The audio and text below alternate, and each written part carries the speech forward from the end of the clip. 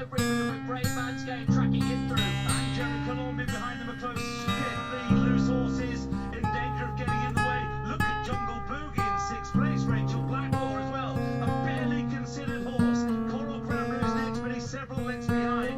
Gentleman's Game has dropped away. So too has Monkfish, and Assalam is tailed off. Down the hill they come towards the third last fence in the Cheltenham Golf Cup, and the leader is Long Pressé. A look behind from Charlie Deutsch, an arrogant, confident look, but what he sees will not please him because Galopin Des Champs is on the bridle. The loose horse ahead of them both. Jerry Colombe is in behind in third place. Then there's a gap in behind in fourth position to Brave Man's Game. Jungle Boogie is running a screamer in behind and still staying on. Loose horse ahead of Galopin Des Champs. Long Pressé comes next, and Jerry Colombe is in between the two of them. Down the second last they come. Galopin Des Champs has come through to hit the front. Coral Crambler is staying on now from the back end of the field. They've still got one to jump. Galopin Des Champs leads by 3 lengths over safely. Jerry Colombe in second place. Coral Crambler is over safely in third position. It is Galopin Des Champs who is out in front here from Jerry Colombe. The loose horse still causing havoc, but Galopin Des Champs for the second year running is simply too good and wins the Cheltenham Gold Cup once again. Only the third horse this century to go back to back. Joining best mate, of course, Album Photo. Cordo Star won too, but there was a year's gap between his successes.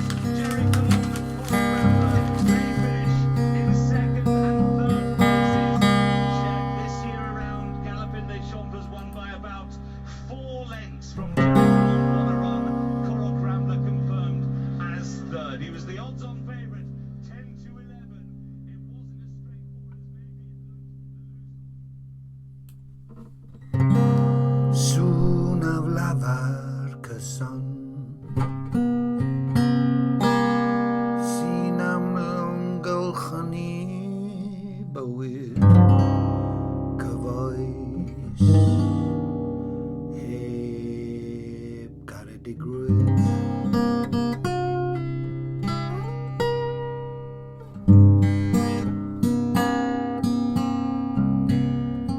Mor angharedig a bwyell trwy dy ben,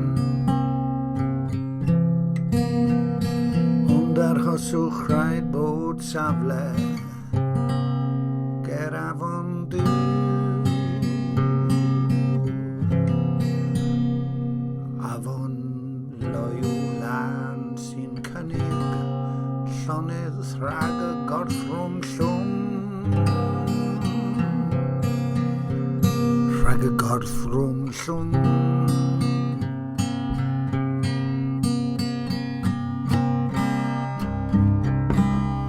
Sŵn cyhyddgar, creulon cas sy'n dirgrynu heb garedigrwydd.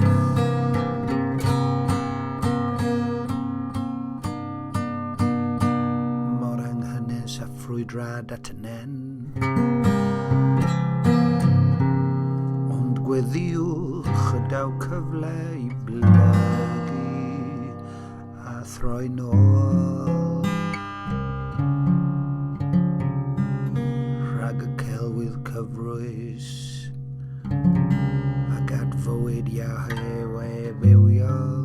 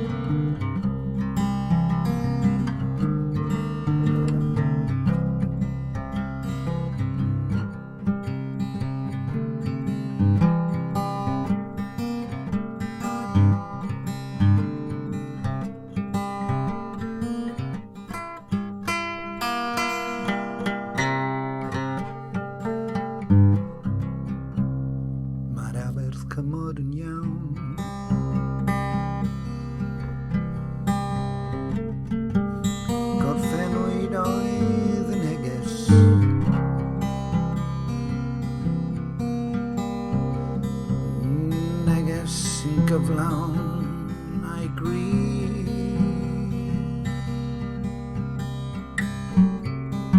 Hallelujah.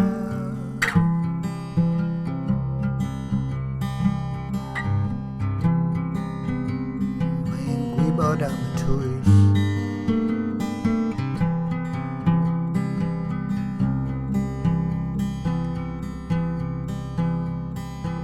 stad av frwydyr yn ei erbyn ac mae'n dangos ffordd i ni, ffordd groes o oes i oes tan yr amser daw i farnu ar yr orsedd fawr wen, moliant iddo yn y nen.